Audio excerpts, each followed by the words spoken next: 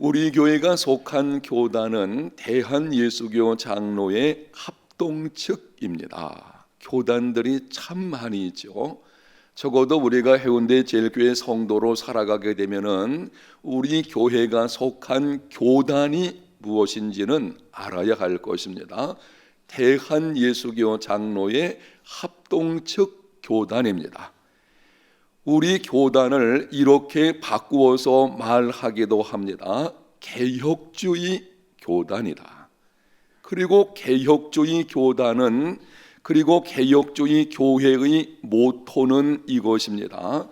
개혁된 교회는 계속 개혁되어야 한다. 영상에 있는 말씀을 한번 읽어보도록 하겠습니다. 개혁된 교회는 계속 개혁되어야 한다. 왜 교회는 계속 개혁되어야 합니까? 모든 인간은 죄를 지을 수밖에 없는 존재들이고 교회는 죄인들이 모여서 거룩한 사람으로 변화되어지는 공동체이기 때문입니다. 예수님을 믿음으로 말미암아 거룩한 사람이라는 신분을 가지고 있지만 여전히 또한 거룩한 사람으로 변화되고 있는 이거를 성화 과정이라고 하는데요. 그것이 교회 공동체입니다. 착각하지 마십시오. 교회는 전혀 죄가 없는 사람들이 모여서 예배하는 공동체가 아닙니다. 여전히 문제 많고 생각하는 것이라든지 말하는 것이라든지 행하는 것들에 있어서 문제투성이인 사람들이 거룩한 하나님의 사람으로 변화되어가는 공동체, 죄인들이 모인 공동체이기 때문에 문제는 일어날 수밖에 없습니다. 그래서 개혁된 교회는 계속 개혁되어야 합니다. 오늘 본문에 보면 당시 이스라엘 공동체도 마찬가지였습니다. 성벽을 재건하고 성공을 관리했습니다. 하나님의 말씀을 통해 영적 부흥이 일어났습니다. 금식하고 굵은 베옷을 입고 티끌을 무릅쓰며 자신들의 죄와 조상들의 죄를 자복했습니다. 오직 하나님의 말씀대로 살겠다고 굳게 약속했습니다. 성벽을 봉헌하면서 하나님이 주시는 큰 즐거움으로 크게 즐거워했습니다. 그런데 오래 가지 않았습니다. 느헤미야 13장 4절부터 끝까지를 보게 되면 이스라엘 공동체 안에서 심각한 문제들이 일어난 것을 알 수가 있습니다. 본문 3절과 4절 사이에는 여러분이 나중에 3절과 4절을 한번 살펴보십시오. 본문 3절과 4절 사이에는 시간적으로 상당한 차이가 있습니다. 우리가 읽을 때는 쭉 사건이 연속되는 것 같지만 이 3절과 4절 사이에는 적어도 한 2, 3년 정도의 시간적인 차이가 있는 것을 알게 되는데요. 3절까지의 모든 일을 마친 느헤미야, 3절까지가 느헤미야가 예루살렘 총독으로 부임을 해가지고 성벽 재건부터 오늘 본문 3절까지의 말씀들, 그 일들을 12년 동안 감당을 하게 되었습니다. 그리고 왕의 부름을 받아서 페르시아 왕궁으로 돌아갔습니다. 얼마 후에 여러 정황으로 보아가지고 한 2, 3년 정도로 생각이 되는데요. 얼마 후에 페르시아 왕궁으로 돌아갔던 느헤미야가 다시 예루살렘으로 오게 되었습니다. 아마 어떤 소식을 들은 것으로 생각이 되어지고 그래서 왕에게 말미를 달라고 해가지고 예루살렘으로 다시 오게 되었습니다. 문제는 느헤미야가 자리를 비운 사이에 이스라엘 백성들은 영적으로 느슨해졌습니다. 전체적으로는 율법에 순종하는 분위기였지만 아직까지 전체적으로 본다면 그런데도 하나님의 말씀에 순종하는 면이 있었지만 용납할 수 없는 타락과 남용의 모습들이 있었습니다. 이것이 모든 인간 공동체의 모습입니다. 여러분, 모든 사람들, 모든 공동체는 그대로 두면 세월이 흐르면서 느슨해지게 됩니다. 계속 그대로 두면 부패하고 타락하게 됩니다. 그게 우리의 모습이에요. 오래전에 이런 경험이 있습니다. 우리 학생들을 데리고서 수련회에 들어가서 기도하고 말씀으로 이들에게 먹여서 영적인 부흥을 일으키게 되면은 아이들이 눈물 콧물 흘리면서 정말 통회하고 자복하죠. 대단합니다. 여러분, 다음 세대 자녀들이요, 하나님 앞에서 한번 은혜를 받아가지고 통회하게 되면은요, 엄청난 일들이 일어나는 것을 볼 수가 있습니다. 그래서 이제는 이런 생각이 듭니다. 야, 이들이 삶이 새롭게 변화돼서 정말 하나님의 비전이 그 꿈이 되어는 이런 삶이 되겠구나 라고 생각이 드는데, 교회에 돌아와서 한 달 지나고 한 두 달 지나고 3개월 지나면 어떻습니까? 이전과 똑같은 모습을 보게 됩니다. 그렇다고 실망할 건 없어요. 사실은 그 영적인 경험이 그 아이들을 나중에 믿음의 사람으로 세워가는 일들이 있게 되는 줄로 믿습니다. 그래서 그런 일들이 계속 있어야 돼요. 문제는 인간은 그렇다는 것입니다. 그렇게 눈물 콧물 흘리고 이제는 하나님 말씀대로 살겠습니다. 여러분들이 이번 세일의 기간 동안에 하나님 앞에 나와서 정말 부르짖어 기도하고 이제는 내가 이렇게 살겠습니다 라고 하지만 얼마 지나지 않아서는 이전과 똑같은 모습으로 돌아갈 위험성이 다분합니다. 그래서 끊임없이 삶을 개혁해야 합니다. 로마서는 바울이 로마에 있는 성도들에게 보내는 서신입니다. 그런데 로마서 1장 15절에 이렇게 기록을 합니다.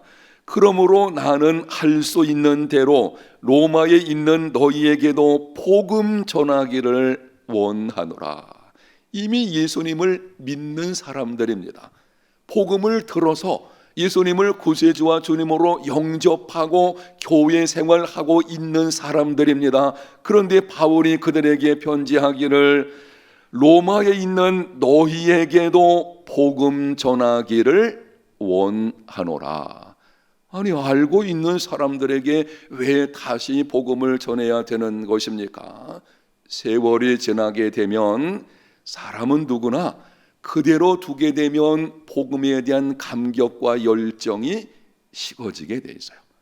그냥 두게 되면 사람은 여러분이 여러분 자신을 그냥 내버려 두고 아니면은 어떤 공동체를 그냥 내버려 두게 되면 영적으로 느슨해지게 됩니다. 그것이 인간의 뿌리 깊은 죄성 때문에 찾아오게 되어져 있어요.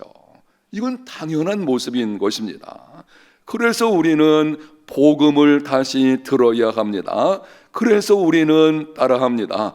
끊임없이 삶을 개혁해야 합니다.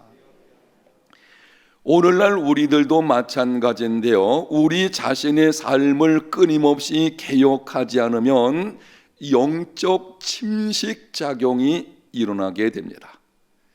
침식작용, 이 말은 지리학에서 쓰는 말인데요. 이 침식작용이 일어나는 것을 보게 되면 급속히 일어나지 않고 천천히 일어납니다. 관심을 끌지 않고 조용히 일어납니다. 명확하지 않고 미묘하게 일어납니다. 어떤 절벽이라든지 해안가를 가보게 되면 지금도 침식작용이 계속 이루어지고 있어요. 그런데 우리 눈에 보이지 않을 만큼 너무나 작기 때문에 우리가 인식하지 못하는 것뿐입니다. 그리스도인의 삶에서 영적 풍성함이 무너지는 것도 마찬가지입니다. 자신을 끊임없이 개혁하지 않으면 천천히 조용히 미묘하게 무너지기를 시작합니다. 천천히 세상에 대한 영향력이 줄어들게 됩니다. 눈치를 채지 못할 정도로 조용하게 침체가 찾아옵니다. 딱히 뭐라고 꼬집어 말할 수 없게 서서히 이루어집니다. 우리의 영적 침체가 아마 여러분 중에 그런 경우들이 있을 거예요. 이전에 하나님을 향한 그 감격이 어느 순간 사라졌는데요, 그게 한순간 사라진 것이 아니에요. 아주 천천히 1년, 2년, 3년 이런 식으로 내가 느끼지 못할 정도로 특별한 거 없는 것 같은데 어느 순간 보니까는 내가 영적으로 침체가 돼가지고 예배 드릴 때도 감격이 없고, 말씀을 들어도 그냥 늘 듣는 말씀처럼 생각이 되어지고, 이런 의무감 속에 살아가는 일들이 찾아오게 되는 것입니다. 결국은 맛을 잃은 소금처럼 되어버리고 아무런 영향력을 끼치지 못하는 무기력한 그리스도인들이 되어버립니다. 이러한 영적 침체에 빠지지 않으려면 끊임없이 자신을 어떻게 하라고요? 개혁해야 합니다. 따라합시다. 개혁하라.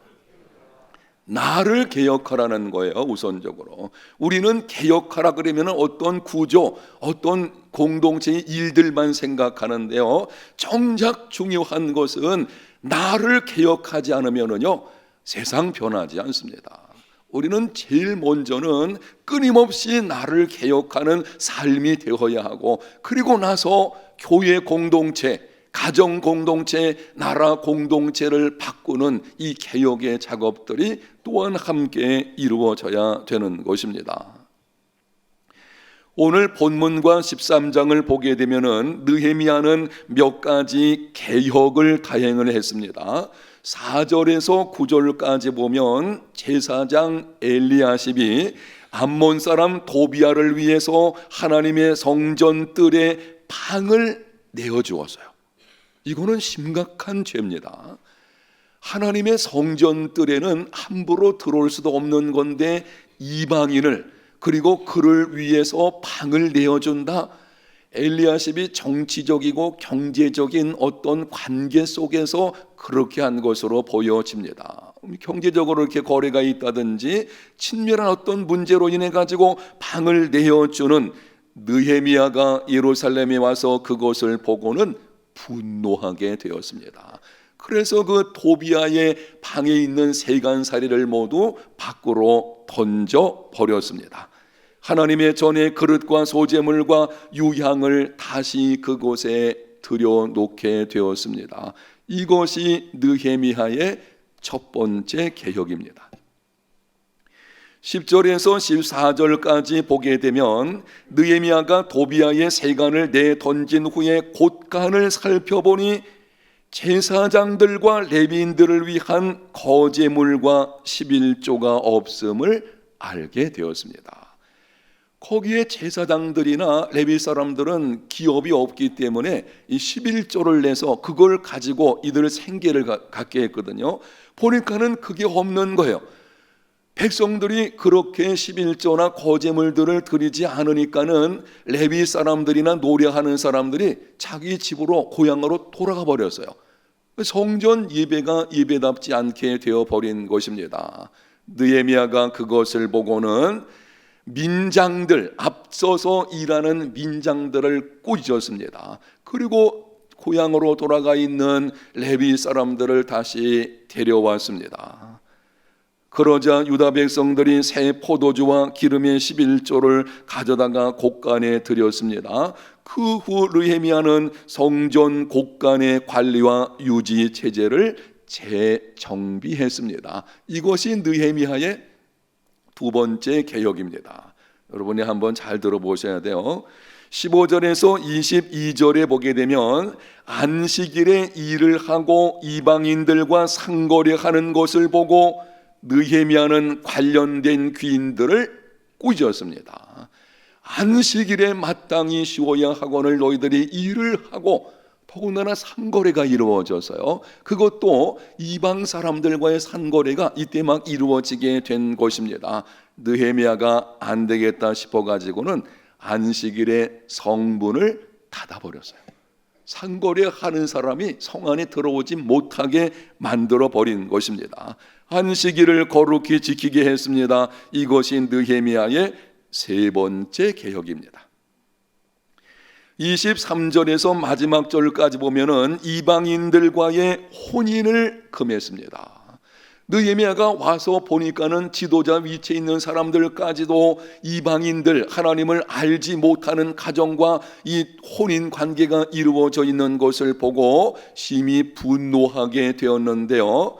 역사 속에서 이렇습니다. 하나님을 섬기는 백성들이 하나님 섬기지 않는 자들과 결혼 관계를 맺게 되면 그 이방인들이 섬기는 우상을 섬기게 되어지고 세상적인 가치관에 물들게 돼 있어요. 그래서 영적인 타락이 찾아오게 되는 것을 보게 됩니다. 솔로몬이 말년이 좋지 않은 것도 이유가 여기 있습니다. 느헤미야는 이방인들과의 혼인을 금하는 조치를 취하였습니다. 오해하지는 마십시오. 이방인들이 하나님께로 돌아와서 하나님을 섬기는 삶을 살고 있으면 그런 문제가 아닙니다. 그때는 아무 상관없어요. 여전히 하나님을 알지 못하는 그 사람들과의 관계를 말하는 것입니다. 이것이 느헤미야의 네 번째 개혁입니다. 사랑하는 성도 여러분, 우리도 그렇게 해야 합니다.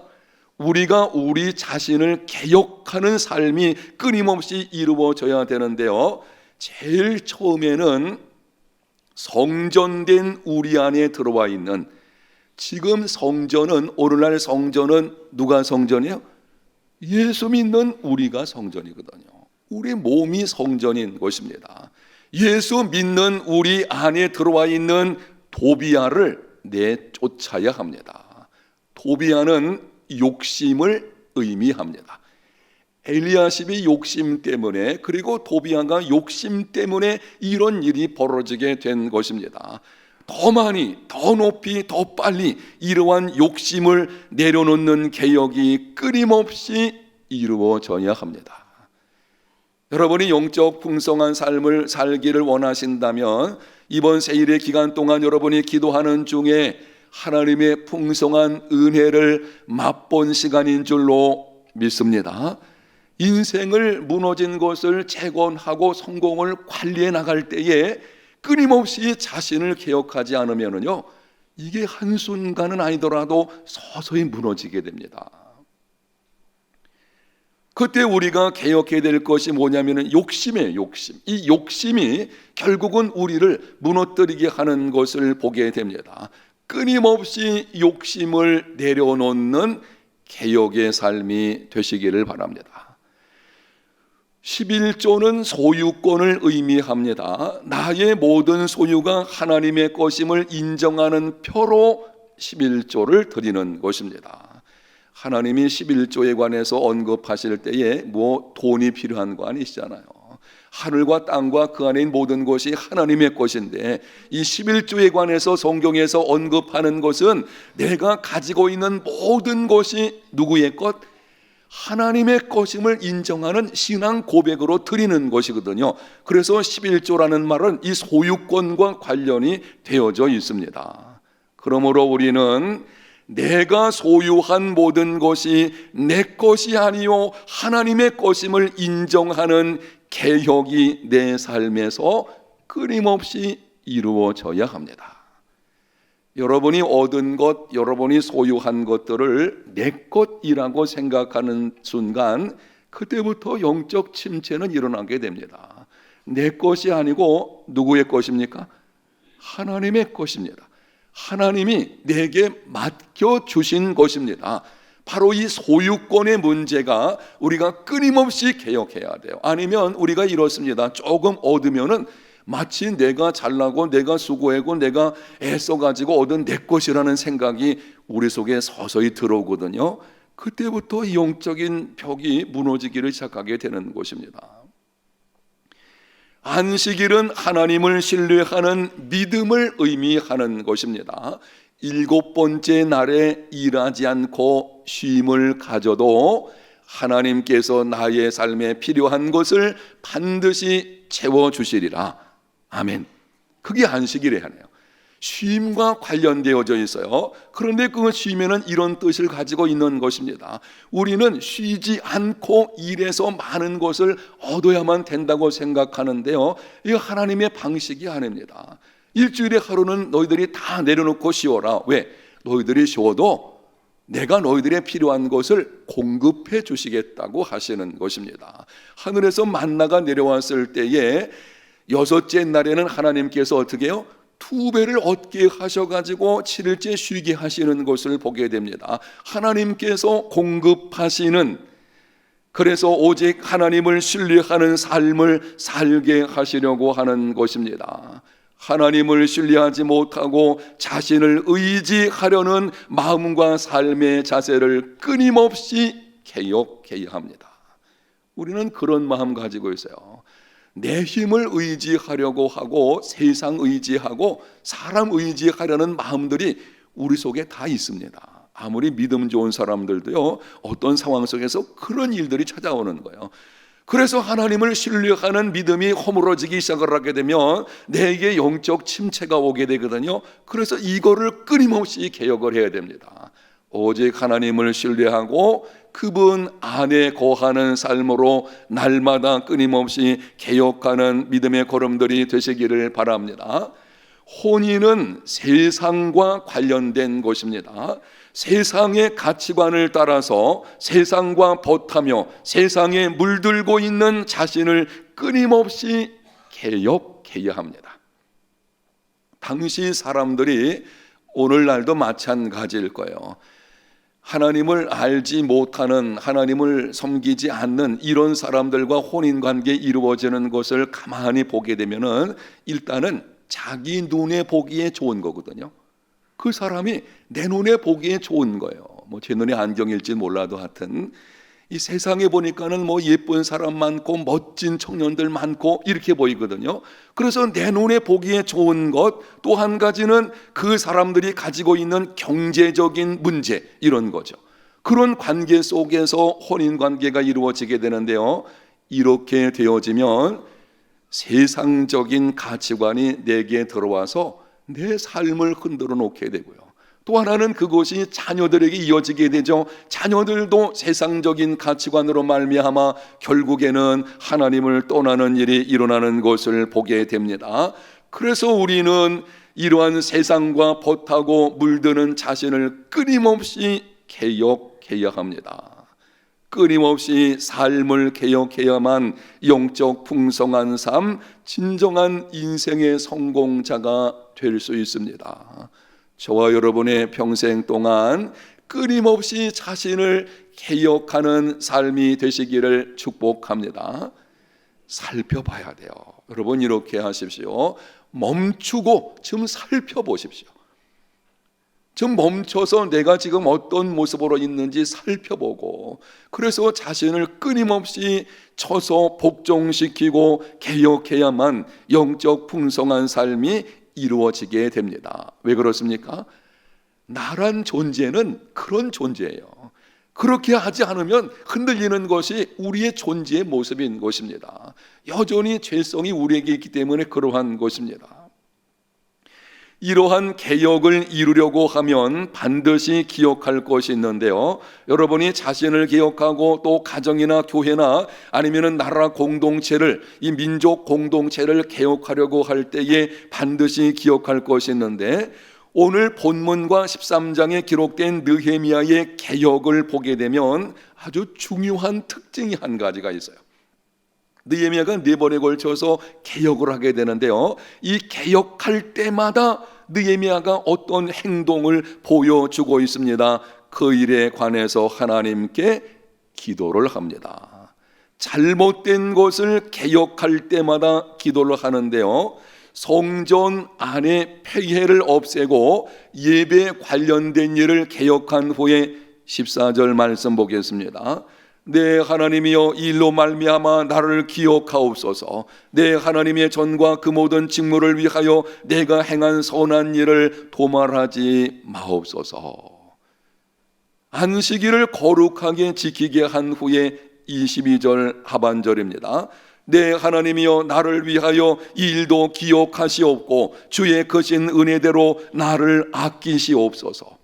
이방인들과의 혼인을 금한 후에 29절입니다. 내 하나님이여 그들이 제사장 직분을 더럽히고 제사장의 직분과 레위 사람에 대한 언약을 어겨 싸우니 그들을 기억하여 주옵소서. 무엇을 보여주는 것입니까? 하나님의 은혜가 아니면 일을 이룰 수 없으니 도와달라는 것입니다. 개혁을 할 때에 그때 반드시 하나님께 기도하는 이런 것입니다. 하나님 도와주셔야 되겠습니다. 여러분, 내가 나를 개혁할 때에도 내 스스로 안 됩니다. 우리는 그런 존재거든요. 그래서 반드시 누구의 도움이 있어야 됩니까? 하나님의 도움이 있어야 됩니다. 여러분이 자신을 개혁하고 어떤 공동체나 어떤 관련된 일을 개혁하기 원하신다면 그 과정 속에서 기도로 시작하고 기도하는 중에 진행하고 기도로 마무리할 수 있는 삶이 되시기를 축복합니다. 기도 없이는 성공할 수 없어요. 이런 말도 있습니다. 기도하지 않고 성공하면 그 인생은 불행한 삶이 될 것이다. 그렇게 돼 있어요. 기도하지 않고 성공해 보세요. 사람이 교만해집니다. 결국 그 성공이 그 사람의 인생을 불행해질 수 있거든요. 매일 범사에 평생 동안 기도보다 앞서 나가지 않는 우리 해운대 제일교회 성도들이 되시기를 축복합니다. 이번 세일의 득세 기간 동안 한번 결심할 것이 있어요. 이제부터는 내가 평생 동안 기도보다 앞서 나가지 않겠다. 그리고 기도하는 가운데 진행하고 기도로 그것을 마무리하겠다. 하나님 중심이에요. 하나님 그분으로 시작하고 그분과 함께 진행하고 그분과 함께 마칠 수 있는 평생에 하나님과 함께하는 이런 믿음의 삶이 되시기를 바랍니다. 사랑하는 성도 여러분, 세일의 득세를 마치면서 여러분을 축복하기를 원합니다. 2020년 새해에는 여러분의 인생에 무너진 성벽이 재건되기를 축복합니다. 성공을 잘 관리하여 인생의 진정한 성공자들이 되시기를 축복합니다. 말씀을 통한 경건 훈련과 끊임없는 삶의 개혁을 통해 영적 풍성한 삶이 되시기를 축복합니다. 하나님의 크신 은혜와 평강이 여러분과 여러분의 가정 그리고 관련된 모든 일들 위에 넘치시기를 예수님 이름으로 축복합니다.